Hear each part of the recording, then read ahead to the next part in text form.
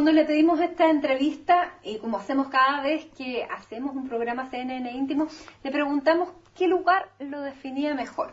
Pensamos que iba a ser la sede del The Clinic, el semanario que dirige y que fundó hace 17 años, pero nos dijo que no.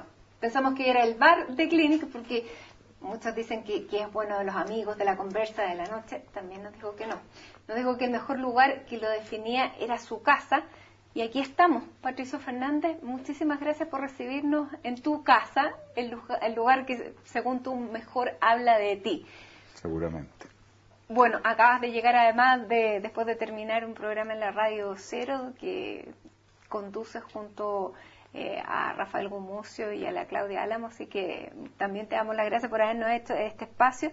Y bueno, hay tanto de qué conversar con alguien que ha hecho del periodismo su oficio después de pasar por las letras y por el derecho. Ya vamos a ir preguntándote y conversando de todas esas cosas, pero yo te venía escuchando en la radio y hablando de este momento político del que conversamos todos. ¿Cómo lo definirías tú?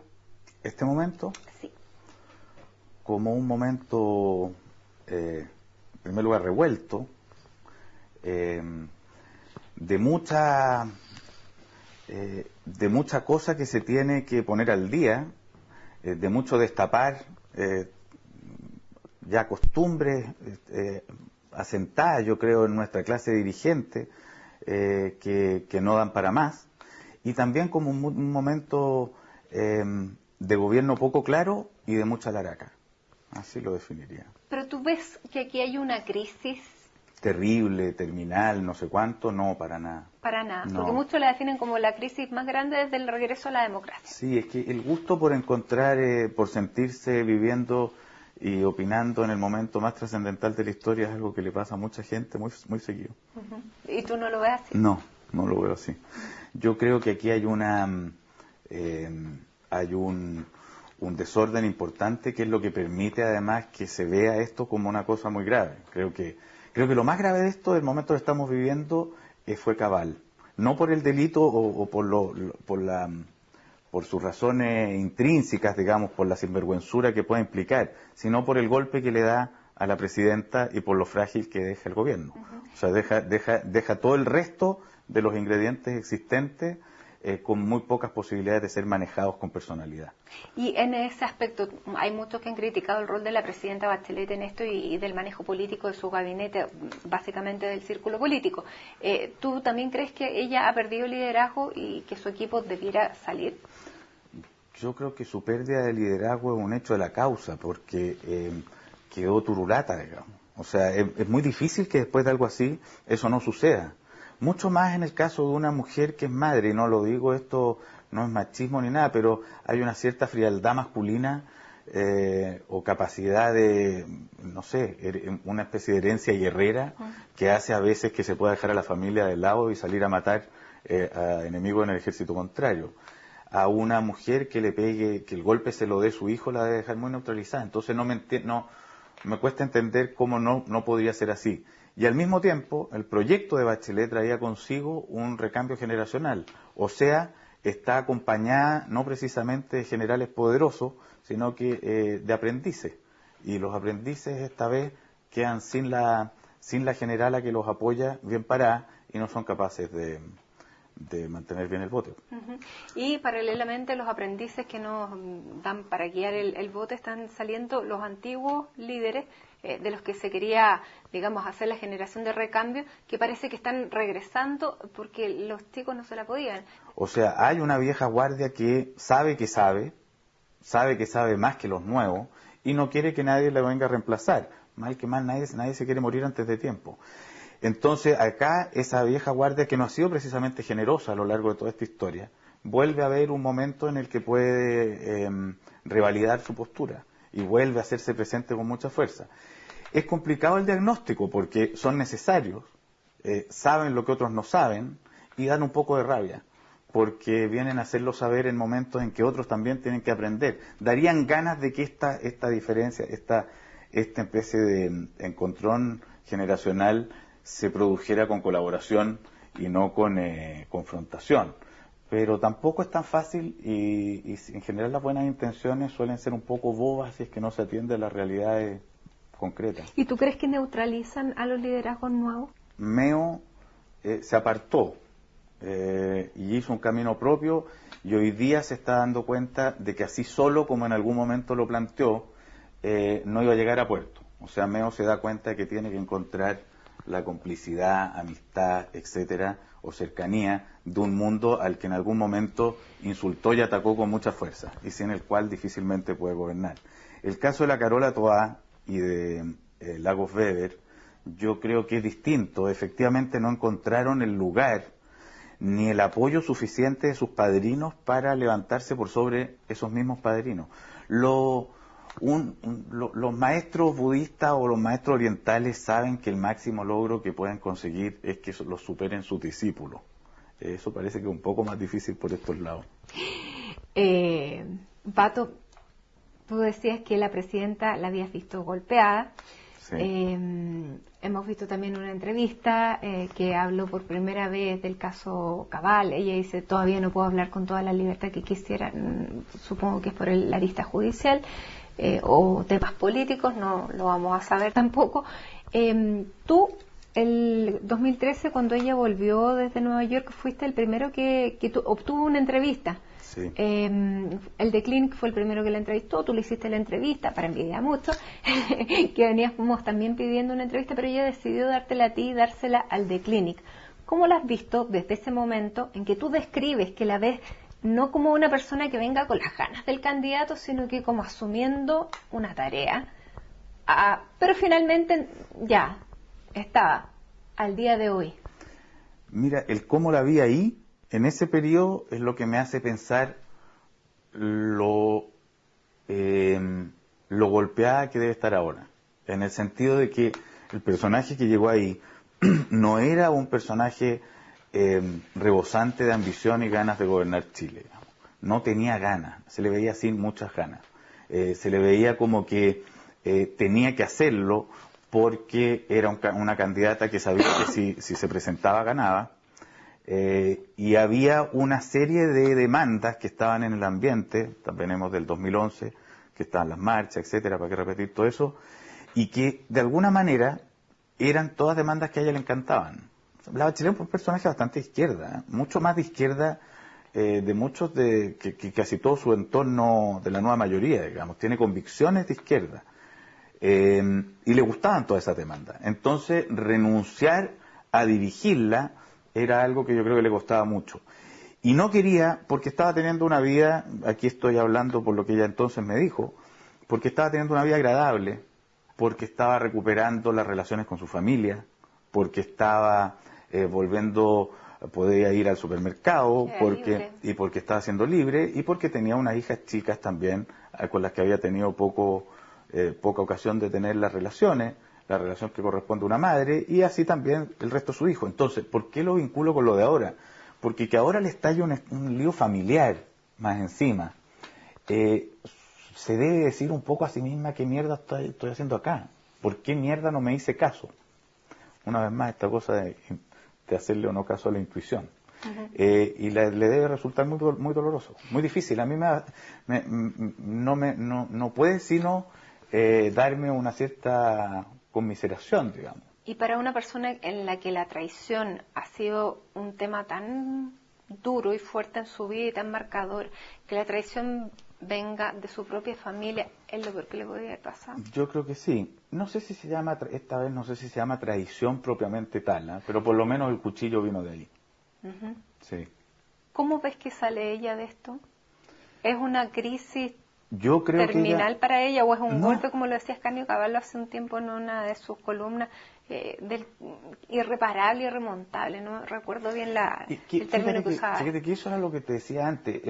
Hay algo en lo que yo me resisto un poco, que son los veredictos terminales, ese gusto por los veredictos terminales. Yo no tengo idea si ella va a salir de esto. Yo creo, yo puedo, pero sí sé que puede salir. ¿Cómo podría salir o qué es lo que uno podría pensar que es la estrategia? Bueno, va a tener que cambiar la manera en que imaginó su gobierno. Va a tener que recurrir a otros que la puedan verdaderamente ayudar. Va a tener que buscar pares de su mismo peso.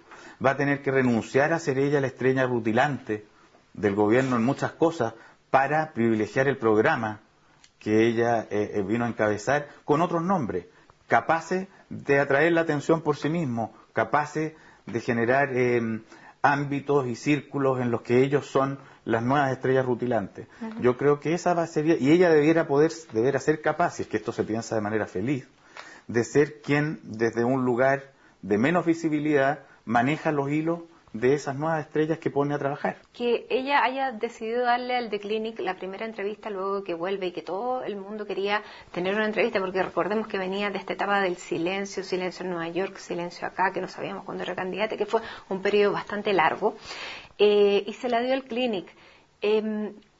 ¿Cuál fue la evolución del Clinic, que pasó de ser un semanario de 4 páginas que se le repartía a los amigos a convertirse en el semanario más leído desde hace mucho rato en Chile, elegido por la que iba a convertirse en presidenta, para así darle la entrevista al Clinic? ¿Qué habla del Clinic eso? Mira, habla de lo impredecible que son las historias, ¿eh? Porque cuando nació el Clinic era un panfleto, no tenía la menor intención de ser una revista, no había ni el menor proyecto detrás de él. ¿Era para reírse un rato? No era solo para reírse, era bastante inteligente. Lo digo además esto pensando en lo que reúne.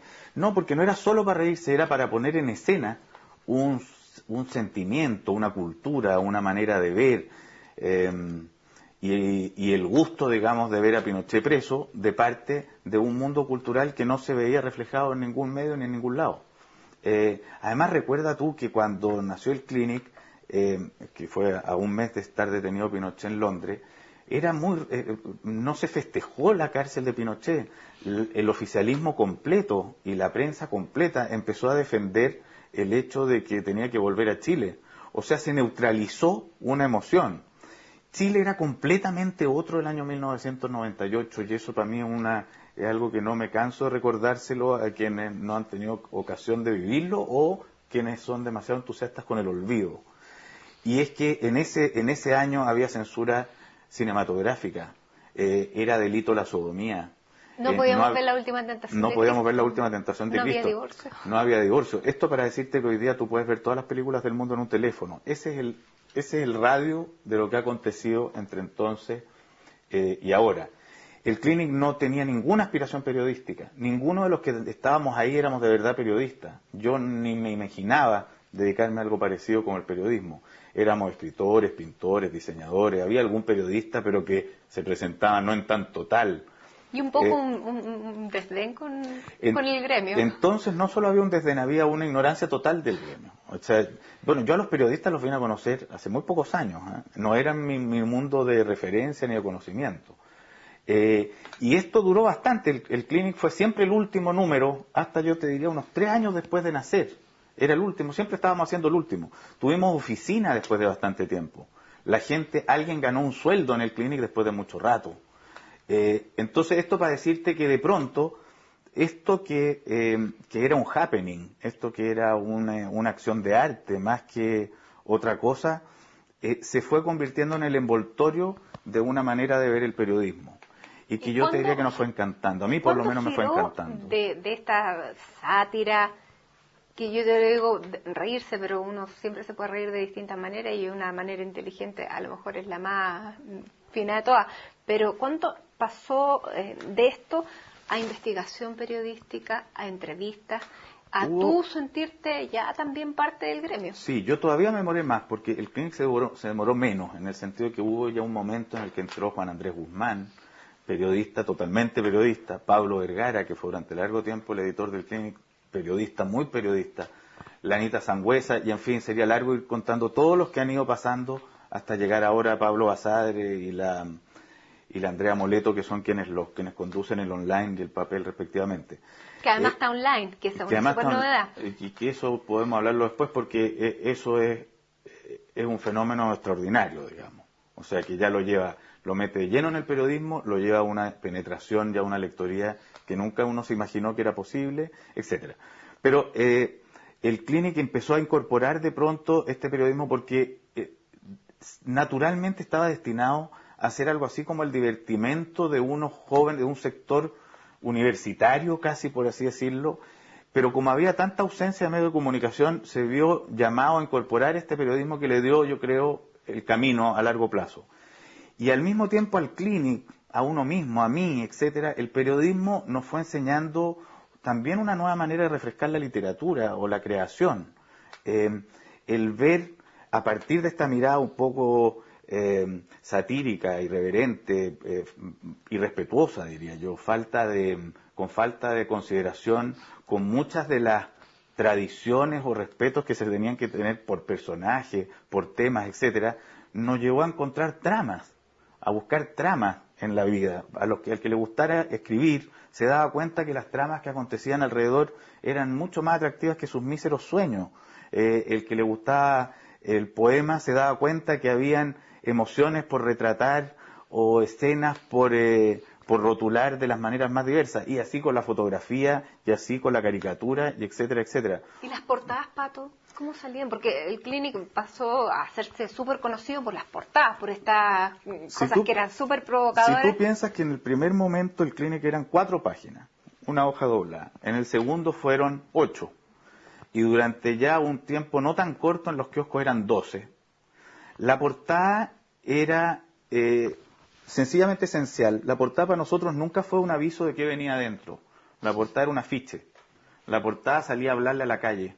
La portada no era aquí traemos esto y esto. La portada era lo que un grupo con una determinada mirada torcida y media podrida veía respecto de lo que pasaba. Era un cuadro que nosotros le ofrecíamos a la ciudadanía número a número. Vamos a hablar de las portadas, Pato, pero tenemos y fíjate que ahí tuvimos otro acierto casual, que de repente quisimos tener 2 afiches, hicimos portada y contraportada, y en ese momento tuvimos 2 revistas cada vez que sacábamos una en los kioscos.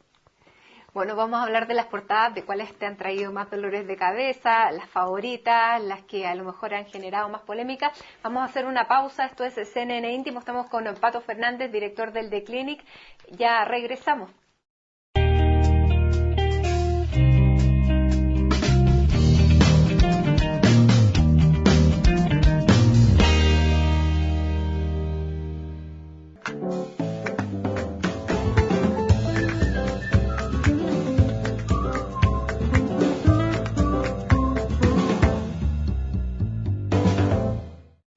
Esto es CNN Íntimo. En este capítulo estamos con el fundador y director del The Clinic, literato y periodista por consecuencia, finalmente, como hablábamos en el bloque anterior. Pato, estábamos hablando del The Clinic, de las portadas, de lo provocadoras que eran. ¿Cuál es tu portada favorita? Mi portada favorita. Son varias las que me gustan harto. A ver. Y por distintos motivos. Hay unas que las encuentro bonitas, otras golpeadoras, etcétera. A ver, ¿cuál me gustó? Hubo una vez que sacamos, por ejemplo, el Cura Bunny, decía Enemigo Público número 2, que me gustó. Hubo una... Bueno, la que más ha vendido en la historia fue cuando murió Pinochet. Parecía que el Clinic hubiera nacido para ese día, y algunos pensaban que ahí se acababa. Y entonces aparecía con un ojo abierto y decía Liz Taylor. En el número siguiente de la muerte de Pinochet también fue buena, porque decía... hizo perro muerto, se fue sin pagar. No, decía perro muerto, se fue sin pagar. Y después hay algunas que han sido... Bueno, otras veces, ponte tú, hacemos algunas que han sido más o menos emocionantes para ponerle otro rótulo. Como por ejemplo cuando fue esa muerte de los pelados de Antuco. ¿Te acuerdas? Le pusimos unos pedazos de una parte de la cordillera y decía firme junto al pueblo. Algo parecido hicimos también con cuando fue lo de Juan Fernández, que era ahí la pista nomás. Pero no, las que me han gustado hay muchas, ¿sabes? Que las tendría que revisar y irían apareciendo. Así como hay otras que no tanto. Oye, Hubo una que fue muy divertida, una que nos causó mucho problema, que a mí también y me encanta, que fue cuando quemaron en la Catedral la Virgen del Carmen, que fue una cuestión bien espantosa, una cosa que no tenía por qué, y nosotros hicimos una portada que decía se quemó sin calentarse, y esa trajo muchos problemas, y yo encontraba que era una muy respetuosa, digamos. Pero ¿cuántos problemas te han traído las portadas, Pato? Varios. Lo que más problema, no, querellas nunca había una querella contra el Clinic. Eso es un fenómeno. Problema, bueno, una vez me pegaron un matrimonio después de una portada que el personaje está metido ahí, el Choclo Delano, el famoso Choclo Delano ahora. Pero eso era en tiempos muy de los comienzos. Pero espérate, ¿te pegó quién? ¿El Choclo Delano? No, sí, era él. O sea, él me agarró a chuchada, a garabato, y al lado de él estaba Alan Cooper, que era un tipo que está involucrado en el asesinato de Schneider. Y me pegaron un cornete, claro. ¿Y por qué? ¿Qué había pasado? Habíamos hecho antes algo donde a Joaquín Lavín, eran esos tiempos, campaña Lavín-Lago, poníamos a Lavín en un sauna y se le aparecía Jaime Guzmán. Y pasaban cosas en su cabeza. Y la portada siguiente de eso creo que era a partir de una frase del Guatón Insulza, que decía los perros votan por Lavín. La portada decía los perros votan por Lavín. Y fíjate que en ese entonces las portadas y el Clinic era bastante tranquilito, eran muy poco, pero se vivían como si fueran actos terroristas. ¿Y te pegaron? Y me llegó un aletazo. Fue noticia entonces. Y aumentó la venta del Clinic. Entonces Pablo Dittborn, que es el gerente del Clinic, cada vez que ve que han bajado las ventas, dice que necesita que me saque la mierda a alguien por ahí. Pero fíjate que ahí supe de este famoso Choclo Delano. ¿Y ahora no hiciste otra portada con el Choclo Delano? No, con el Choclo hemos hecho varias. No, pero ahora último, digo... Ahora hemos hecho algunas, pero haciendo caso omiso de este evento, porque... Pero Pato, tú eres Patricio Fernández Chadwick. Correcto. Tu mamá es hermana de Andrés Chadwick. Sí. Por ende, primo o sobrino de Sebastián Piñera. Claro. Una elite de la que te ríes constantemente. Sí. Y por pertenecer a esa elite, ¿te puedes dar el permiso de reírte? ¿Cómo se lee eso? No, yo diría que por ser parte de esa elite me puedo reír de su alma interna, más conocida por ellos mismos, en primer lugar. Y por ser miembro de esa elite seguramente es una de las razones por las que esta cosa ha sobrevivido. Yo me he preguntado más de una vez si el Clinic hubiera sido hecho en La Pintana, qué destino hubiera tenido, cuántas fuerzas arrolladoras hubieran sido capaces de derrotarlo y de aplastarlo. Este es un país en el que sabemos que su problema central se llama la concentración de la riqueza y el poder. Y el clasismo. Y el clasismo. Yo creo que varias de esas cosas han jugado a favor, o sea, en ese sentido ha jugado a favor de la sobrevivencia del Clinic. Ahora, en un sentido político, cultural, como tú quieras llamarle, yo soy explícitamente un traidor a mi clase social, digamos. O sea, yo no le reconozco ni los grandes valores que ellos mismos se pueden reconocer a sí mismos. Todo esto es con independencia de los afectos personales, porque además yo provengo de una familia donde se respeta mucho la diversidad individual. Tengo muy poco que decir al respecto, así como sentirme agredido, maltratado por ese mundo, para nada. Pero yo creo que por conocerlo íntimamente, por saber además las sutilezas en las que ahí se funciona, etcétera, hay algo en el Clinic que ha superado la caricatura respecto de ese mundo. O sea el clasismo les ha permitido sobrevivir porque ustedes pertenecen a esa misma clase. No es nosotros, la gente que trabaja en el Clinic no. Yo soy el más próximo, digamos, bueno, Dittborn también, pero sí, pero es que no hay más, o sea, el resto de la gente mayoritariamente, nunca nadie se le ha preguntado el apellido para ver que trabaje en el Clinic, ni mucho menos. Uh-huh. ¿Y tú eres consecuente con esta otra parte que decidiste ser? Yo soy consecuente con casi nada. Se me ocurren muy pocas cosas con las que sea consecuente. Por las que sea, ya. ¿Por qué, Pato? Porque en un mundo móvil no veo por qué me tendría yo que mantener fijo en nada. ¿Y cuáles son tus mayores inconsecuencias en esto, por ejemplo? No, si te lo digo un poco para empatar, pero es que no es que sean inconsecuencias, me resulta la realidad y la verdad me resultan tan fugitivos, los diagnósticos fijos me resultan tan aburridos, los epítetos inamovibles. Pero, o sea, por ejemplo, tú te dices que eres un traidor de tu elite, de tu mundo de proveniencia. Sentido cultural, digamos, sí. No los sentidos individuales ni afectivos. Por eso te quería preguntar, ¿tus amigos siguen siendo tus amigos del colegio? ¿Tú estuviste en el Verbo Divino? No los vi nunca más, fíjate, no vi nunca más a mis compañeros de colegio en 25 años. 3 clases, ya salí hace más. Me parece que ya salió hace un montón. No me los topo, no sé en qué andan. No les tengo afectos, pero no, esos no son mis amigos de la vida. Tengo los mejores recuerdos de muchos de ellos, pero no me los encuentro, es muy curioso. Pero tus hijos siguen perteneciendo a ese mismo mundo. Es que es muy difícil Sí. que yo sigo siendo yo, además. No tengo ninguna manera yo de reinventar mi nacimiento.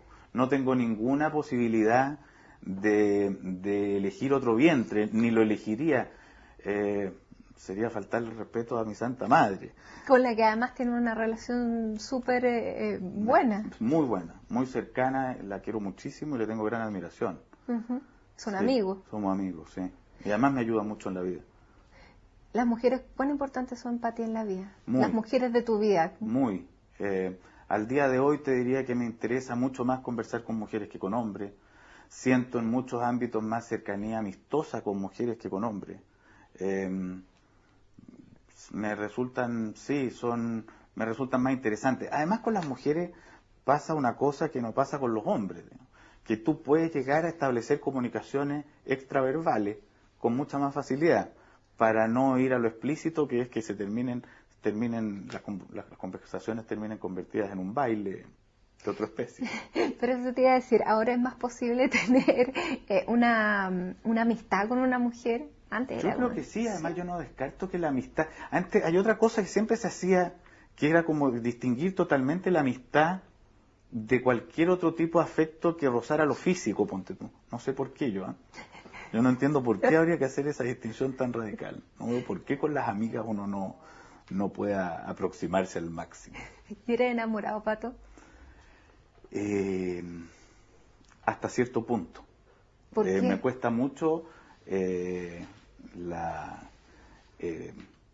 amor total, el que más admiro, me cuesta mucho. ¿De defendido? Posiblemente. Pero en cambio, el amor circunstancial me cuesta muy poco. Eso me cuesta muy poco, pero el amor, claro, eso de se amaron para toda la vida, difícil, ¿eh? Una cosa que me llamó harto la atención de tu último libro, que una carta, esa carta que le escribiste a tu ex mujer, que no se la mandaste nunca, pero la publicaste. Sí. ¿Cómo es se posible? explica? Claro, la conocimos todos en otro momento menos ella. Menos ella, claro. No, es que esa carta, bueno, la literatura da también para muchos juegos de otros órdenes, ¿eh? Uno de los juegos de la literatura es tratar de convertirlo todo en verdad. Así comienza las confesiones de Rousseau. Pero esa carta era verdad o no? Esa carta lo que decía era verdad, porque yo creo que además se aprende mucho en la vida, digamos. Carta que para el que no la leyó era un poco contándole ¿Qué cosas no se daría uno cuenta? Claro. ¿Qué cosas uno no vio? ¿O a qué cosas uno no atendió? Yo supongo que ¿Qué amor no cuidó? Esa fue la frase que me mató de ¿Qué la amor carta? no cuidó? Yo creo que de eso puede hablar todo quien se haya casado alguna vez y terminado y pasa el tiempo y se da cuenta de qué cosas no cuidó. ¿Te arrepientes de no haber entregado esa carta? No sé, no te puedo contestar eso. ¿Te has superado ese de la separación? Sí, bueno, ya ha pasado mucho tiempo. Es que te insisto en eso. Ponte tú, yo he escrito muchas cartas que no mando. Podrías tú decir por qué no las mandaste, pero también podrías decir y por qué la escribiste cuando ya no servía escribirla. Supongo que tiene que ver con que soy escritor. O sea, las cartas también es un género. La carta también es una manera de hablar, donde ese otro, en este caso esa otra, es ella, pero no es solo ella. Es ella, pero ya es una reflexión o un algo respecto del amor. Dicho sea de paso, es un tema interesante, ¿eh? Porque es como que el amor ha salido de las conversaciones, el amor ha salido de la literatura, y el amor se ha vuelto más o menos vergonzoso. Quizás ha llegado el momento de quitarle eso vergonzoso de nuevo al amor. Es como que contradijera, esto yo lo experimento en mí con mucha fuerza, ¿eh? Es como que contradijera de lleno, como que el gran enemigo de la inteligencia fuera el amor. Como que si tú hablas de amor se muere la inteligencia. Esa dicotomía es una cosa que es compleja. Y quizás sea verdad, quizás no pueda existir. ¿Es falsa? Y yo creo que quizás no pueda existir amor con mucha inteligencia. Bueno, es el único estado de locura y se han permitido. Pato, ¿y cómo eres de papá? ¿Tenís hijos adolescentes? Sí, quiero creer que, bueno, por lo menos para mí ellos son muy importantes. ¿De 12 y 14? De 12 y 14. Niño y niña. Sí. O sea, para mí ellos son centrales, yo no sé cómo sea yo para ellos. Eso tendría que preguntárselo a ellos en una entrevista que estarían dichosos de dar. Pero... Papelarte. Papelar, no sé, no, pasaría en la tele. Ah. Pero para mí ellos son muy importantes, son lo que me permite, digamos, una cierta estabilidad, me permite por lo menos un no estado de ansiedad. Cada tanto tengo que recurrir a ellos con mucha fuerza. Lo necesitas y tú más. Claro, mucho, sí. ¿Y qué tipo de papá eres? ¿Controlador, permisivo, amigo? Qué difícil contestar estos asuntos, no sé bien. Supongo que, mira, bastante cómplice por lo menos. Uh-huh. No sé si eso significa amigo, porque me interesa o me gustaría creer que saben perfectamente que soy más papá que amigo. Pero sí cómplice en el sentido que me gusta mucho andar acompañado con ellos y hacer cosas con ellos. Y hay muchas cosas para las que considero que ellos son mis mejores compañías. Por ejemplo, ¿qué haces con ellos? A veces desde viajar hasta ir a una... Bueno, no es que cuando viajo la muy menos de las veces que viajo con ellos, pero me gusta mucho hacerlo. Desde ir a un restaurante o ir a ver una exposición o simplemente sentarme aquí a comer y a conversar. Me caen bien, me entretienen mucho. ¿Eres cocinero? Soy un proto-cocinero. Cocino. ¿Qué significa? Cocino, quisiera creer que cocino mejor de lo que cocino. El plato estrella, a ver. Pero mira, ellos me joderían mucho con esto. En algún momento descubrí la olla a presión. Y según ellos ahora hago hasta los huevos, mi hijo hago hasta los huevos revueltos en la olla a presión, lo que es mentira. Pero eso fue descubrir la preparación de un cierto tipo de carne, que dejan de ser la parrilla. Y eso es entretenido, las mechadas. Porque esta casa, claro, y tiene muchas gracias que hayamos hecho esta entrevista en la casa. Esta casa está conectada, el comedor con la cocina, es un espacio abierto que se comunica y eso significa que el dueño de casa tiene que ser un anfitrión cocinero, porque si no tendría la cocina cerrada. Claro, eso, si ¿no? yo invito, yo cocino. Y si estoy con gente, sí, la cocina y el comedor son un espacio que son como uno. Uh-huh. Y paso mucho rato cuando no estoy trabajando sentado en el computador, o estoy en la cama, digamos, o estoy en la cocina. No. Oye, Pato, ¿es verdad que tú quisiste ser sacerdote? Parece. No sé si quise ser sacerdote, pero lo pensé. ¿Ah, sí? Sí. ¿Y eso en la etapa del colegio? Eso en el colegio y hasta no tan chico, hasta finales del colegio. Lo que pasa es que yo por vía los curas conocí un mundo que para mí fue una transformación muy grande en la vida, que se llama la pobreza. Yo estaba en el Verbo Divino, que es lo más burgués que puede haber en colegio, pero ahí hubo un día en el que, bueno, me metí siempre mucho en las cosas de acción social, pero hubo un día que llevan a unos curas de la congregación a confesar al colegio. Y yo recuerdo muy bien esto, tenía como 14, 15 años. Estoy tratando de escribir esta historia, de hecho, ¿no? Y eran los curas misioneros de la congregación que no vivían en el colegio, sino que vivían en las poblaciones y eran casi todos extranjeros. Y me llego a confesar con uno y yo le menciono algo que siento de tanta injusticia en Chile, no sé, a pito de qué me vendría semejante comentario, año 83. Y el cura, que no recuerdo si era filipino o algo así, me dice, bueno, te invito al lugar donde yo vivo, y era una población por ahí por la rotonda de Vicuña Maquena, creo que el campamento Arturo Prat, desapareció, hoy día hay moles en esa zona. Y eso para mí significó, fui ese sábado, ese recorrido en micro hasta allá, lo recuerdo casi como un viaje, y esa llegada a ese lugar me significó pasar en mi cabeza a ese espacio de manera muy larga. Empecé a ir con mucha frecuencia, alojaba ahí, vivía allanamientos ahí, teníamos ollas comunes ahí, se recogían las frutas que botaban podrían en la parte de atrás de los supermercados para cocinar ahí, y para mí de alguna manera esa fe y más o menos el paso a convertirse en algo parecido a un personaje de izquierda fue una misma cosa. Era descubrir que había un mundo en el que sucedían las mejores cosas del espíritu humano, que era muy precario, muy abusado. Pero ese era un conocimiento, era conocer otra realidad humana, acercarse a un mundo que tú no vivías, más que querer a lo mejor tener una vida sacerdotal que significa otras cosas. Por eso te pasó muy rápido. Y yo te diría más cosas porque no es solo un fenómeno virtuoso. Yo relacionaría esa experiencia, ese descubrimiento de eso, casi con un espíritu aventurero. Claro. Por una parte hay una emoción muy alta que la vivía ese niño que yo ya no soy. ¿Y esa iglesia sigue existiendo? Sí, claro que sigue existiendo. Ha sido muy postrada, pero de pronto uno le vuelve a ver los brillos dignos aparecer. Hoy día se le está escuchando mucho más que en los últimos 15, 20 años. ¿Por qué? ¿Por el Papa, no? No, yo creo que se agotó ya un ciclo el que fue macabro en esto fue Juan Pablo II. Anuló todo este mundo, hizo desaparecer la teología de la liberación, humilló a muchos de ellos incluso, y muchos se fueron. Mariano Puga se fue a Chiloé, curas poblacionales se retiraron a lugares lejanos y guardaron silencio. Ahora en los Francisco va últimos a años han vuelto a identificar a aparecer. Oscar Romero. Ahí tenía, cuando fuera considerado sencillamente un comunista. ¿Tú sigues creyendo? Mira, me pasó que me dejó de interesar el tema. Esa es la respuesta más sincera que te puedo dar a esa pregunta.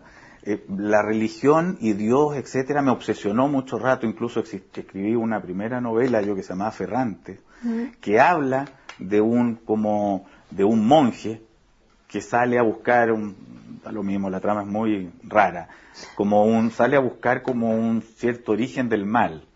Y en el camino este monje se va encontrando con las maravillas de la vida y termina con una prostituta, el monje. Es un poco, diría yo, también mi camino espiritual. Descubrir, digamos, eso que tú creías que rondaba por allá lejos en el espacio extraterrenal, descubrir que su máxima cuestión estaba en realidad por acá en la tierra. Eso un cura de los que yo te estoy diciendo me diría que es la esencia del cristianismo, porque eso es lo que se llama Jesucristo. Ahora, yo no voy a ponerme a predicar acá de religión. A mí estas preguntas, que fueron las que me llevaron también a meterme en la historia del arte, en la escolástica, a mirar en los cuadros, las discusiones teológicas de la época, etcétera, etcétera, es un periodo terminado. Muy bien, y terminamos también este bloque de CNN íntimo porque queremos seguir conversando en el siguiente con Pato Fernández, porque primo sobrino de Sebastián Piñera, sobrino vendría siendo. Pucha, le sacó el Piñericosas. Quiero preguntarle el Piñericosas que me lo muestre, que me muestre otras cosas que están aquí en esta biblioteca, que me llevé un poco en esta casa a mostrármela, ya que dijo que este era el lugar que más lo identificaba. Así que vamos a hacer un alto aquí en CNN íntimo y ya regresamos.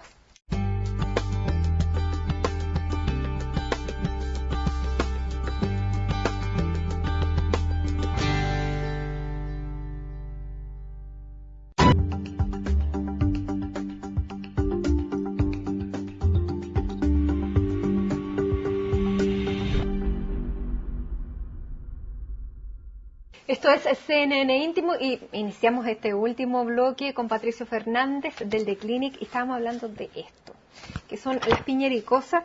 Y yo te preguntaba como primo de Sebastián Piñera. Sobrino, de tú segundo grado. Me dijiste 2 veces.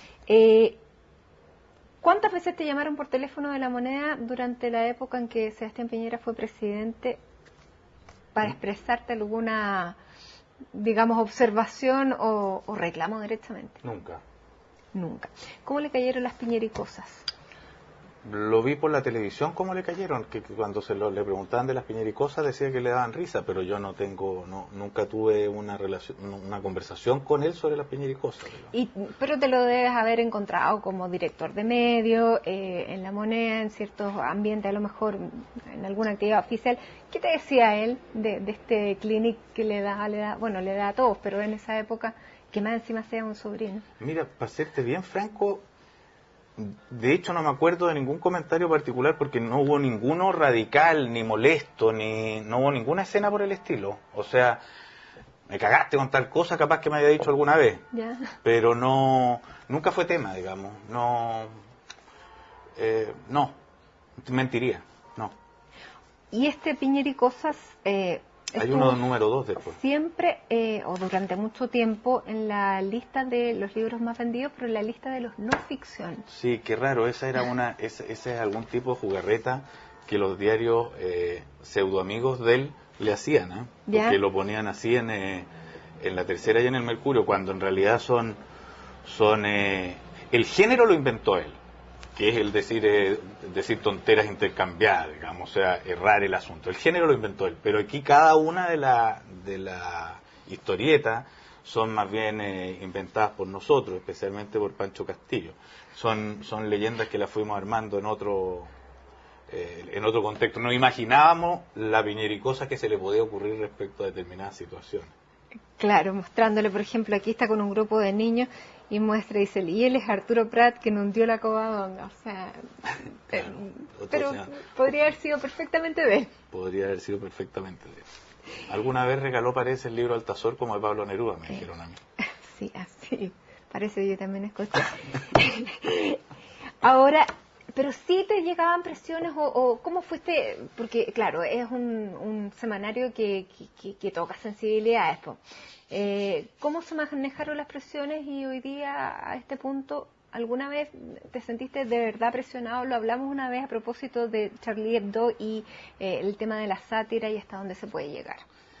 De verdad, así quizás se llame inconsciencia mía, pero verdaderamente presionado no me he sentido nunca. La primera vez que tuvimos una visita de reclamo fue cuando el Clinic debe haber llevado ni un año, o un año y tanto, y llegaron unos dirigentes del Partido Comunista a decirnos que estábamos extraviando la vía correcta. ¿Ya? Y nosotros, yo lo único que le pregunté es que desconocía absolutamente la vía correcta y que esto, no sé por qué los miembros de un partido podían arrogarse la posibilidad de decirnos qué hacer, si no tenía nada que ver con ello. Alguna vez un político de paso ha dicho, weón, nos cagaste, hiciste no sé qué, y uno ha puesto una sonrisa televisiva, digamos, y se sigue adelante nomás. Lo que es bien importante entender en esto, a esta altura del partido por lo menos, es que además aquí hay equipos que yo no controlo a la manera de un general que mueve y determina cada movimiento de sus tropas, ¿no? Aquí se han ido desarrollando caminos independientes en los que cada tanto uno tiene conversaciones generales y ve más o menos por dónde va, pero son profesionales, digamos, libres los que van generando. Y estos profesionales fueron dando un giro con ustedes como en la dirección de un periodismo cada vez, digamos, más investigativo. Hablábamos lo de la presidenta Bachelet, pero también con investigaciones propias, investigaciones serias. Ustedes publicaron hace no mucho tiempo el tema del financiamiento de campaña para Michelle Bachelet en el exterior con el yate de Heraldo Muñoz. Sí. Venía de ustedes, sí. A muchos les llamó la atención. ¿Se les toma en serio a las investigaciones del Clinic? O sea, tanto que por lo menos en los últimos años, en todos los premios de periodismo que existen en Chile y en algunos que hay en América Latina, somos número opuesto. Yo tengo la sensación de que buena parte del mejor periodismo que se hace en Chile lo hace el Clinic. Y me atrevo a decirlo con esa personalidad porque no es mérito mío, es mérito de otros. O sea, estoy reconociéndole el trabajo a otros, no me estoy jactando yo. De los mejores reportajes que yo he leído, lo digo como lector ya de cierto periodismo, están en el Clinic. ¿De cuál te acuerdas? No, me acuerdo de montones. Acaban de dar un premio en esto de la cosa de la pobreza, sí. Y se lo ganó Claudio Pizarro con la historia de un engrillado en un hospital.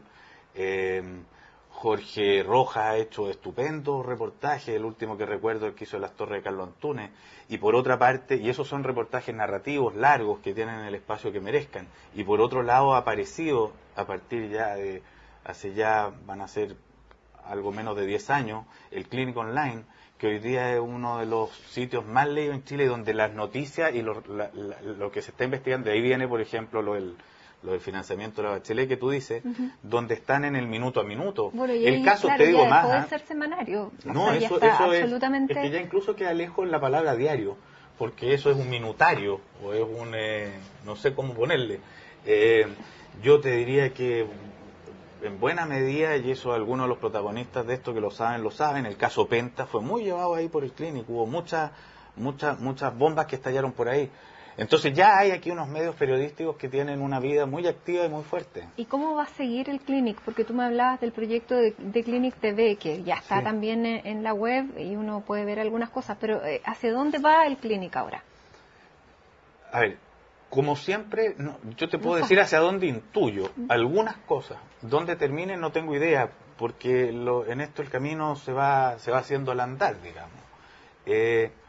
Yo creo que viene un desarrollo, debiéramos desarrollar mucho el ámbito de la imagen. O sea, el Clinic debiera desarrollar eso que tú le llamaste de Clinic TV. Es algo que en la web la está llevando y que nosotros por primera vez nos vemos ante la posibilidad de un medio. Cuando nació el Clinic, era cualquier comparación de este mísero panfleto nuestro con un gran medio de comunicación era inexistente. O sea, las diferencias de proporción eran tan altas que no valía la pena ni hablarlo. Hoy día, en la era de la web, empieza a pasar algo que ya es bien particular. El sitio web del Clinic sí pelea con los más grandes que hay en Chile. Y sí andan por ahí. Entonces tú ya puedes empezar a pensar abonar eso para llegar a desarrollarlo como cualquier otro megamedio. Los recursos que se requieren no son de la dimensión de los otros, las posibilidades de avanzar ahí están más dadas por el ingenio, por la libertad y por la capacidad que necesariamente por la plata. Así que algo irá a pasar. Y empiezo a fantasear con qué irá a ser del papel en la era en que estas otras cosas aborden tanto la pauta. Y yo solo puedo pensar que en esos tiempos el papel va a ser una exquisitez que ya quiero ver. Y en esto que ya te escucho hablar como periodista, pero tú eres escritor. Sí. Y La calle te distrajo en hacer un libro, y salió un libro que se llama La calle me distrajo, pero que tiene muchos relatos muy distintos. Pero ahora tú estás haciendo otro libro. Sí. ¿De qué se trata y cuándo lo vamos a ver, este trabajo ya de escritor, que es lo que tú inicialmente quisiste? Es lo que le dedico más tiempo de mi vida. Quizás por eso, si tú me decías cuál es el lugar donde yo más me representa, diría que es mi casa, porque es el lugar donde estoy más tiempo trabajando, además. Pero ahora sí estoy metido en un proyecto que no me dan tantas ganas como de contarlo entero, pero que tiene que ver con un ciclo histórico y político que termina en América Latina, pero donde se mezcla lo reporteado y lo que va aconteciendo en ese fin de ciclo, en esos lugares, con un poco la mirada muy personal de lo que es también de lo que son las anécdotas que hay encerradas, los cuentos que hay en esa historia en esta final de historia, tiene que ver un poco con Cuba, con distintas cosas, y lo que pueden ir siendo también las apreciaciones en el cambio del mismo narrador a lo largo de esa historia política. Tiene mucho, o sea, para mí esto del periodismo se ha convertido también en una interesantísima excusa para escribir. No lo puedo separar de verdad de la poesía o de la literatura, digamos, porque son lugares a donde encontrar el nacimiento de la literatura. La literatura no está dada por si sale de los sueños o si sale de las ilusiones o qué sé yo. La literatura son historias, son ficciones que arrancan de realidades o no. Esa es otra historia.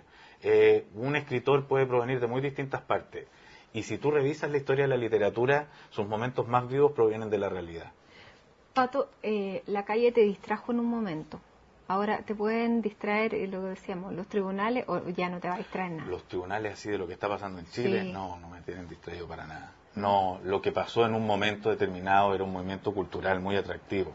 Lo que está habiendo ahora son importantes chimuchinas, pero que no transforman la historia de la humanidad. Aquí tiene que castigarse a los que hay que castigar, tienen que adaptarse las normas a la realidad del momento, pero no me parece un tema verdaderamente alucinante. No alcanza a tomar una dimensión verdaderamente atractiva. Otra cosa mariposa es que era estará cerrándose en este tiempo, donde esto no es más que una bulla. En la nueva era, cada esta asamblea constituyente así se sale de este círculo. A mí lo que más me ha interesado, más que la asamblea constituyente, a mí lo que me ha interesado en los últimos años son momentos en que siento que hay una cultura constituyente dando vueltas. Ponte todo el año 2011, 2012, era muy frecuente escuchar en conversaciones ideas del país que se quería. Las veo medias dormidas al día de hoy, las veo más apaciguadas. Me gustaría volver a verlas. Si eso se traduce en una asamblea constituyente, que no termino de entender bien lo que es, en un congreso constituyente elegido a sabiendas de que se va a dedicar a esto, en unos diálogos constituyentes que empiezan a darle forma, digamos, a ideas que no tenemos todavía, no sé. Me encantaría ver imaginación y un poco de libertad en el ambiente a la hora de pensar este país que queremos continuar. Pato, ¿y es una nueva constitución una forma, te lo preguntaba, de cambiar de ciclo y a lo mejor dejar atrás lo que nos tiene cansados ahora y como una cosa refundacional que puede servir? A mí me gusta cada vez menos lo refundacional. Creo que la historia no se refunda, la historia continúa, pero sí creo al mismo tiempo que puede ser un muy buen momento para ayornar, digamos, esa historia. Para decirnos qué cosas. Ahora, no creo para nada. Hay dos cosas que no creo que a veces la siento en el ambiente. Una, no creo que Chile viva un momento desastroso. Por el contrario, no creo que estemos viviendo en el peor de los mundos. Creo que eso es falso. Eso creo que solo puede servir a algún interés de quien lo dice. Y segundo, no creo que una constitución vaya a mejorar todos los males de Chile. Dichas esas dos cosas, ¿es innecesario hacer una nueva constitución? No, puede ser muy feliz hacer una nueva constitución. A mí me encanta la idea. Creo que es un momento de diálogo, es un momento de ejercicio de inteligencia, es un momento de rescatar lo aprendido y hacer apuestas imaginativas. Bonito sería. Vamos a ver qué pasa. Veremos qué pasa. Pato, se nos acabó el tiempo en esta conversación de ya una hora que se nos pasó volando. Así que te quiero agradecer que nos hayas recibido en tu casa. Un gusto. Te quiero agradecer el café italiano. No alcanzamos a hablar de tus años en Florencia, lamentablemente. Los tuyos en Roma. Pero se va para otro capítulo. Pero gracias por habernos recibido en tu casa, porque definitivamente era el lugar que mejor hablaba de Patricio Fernández. Así que muchísimas gracias. Gracias a ti. Y a ustedes también por acompañarnos en esta edición de CNN Íntimo.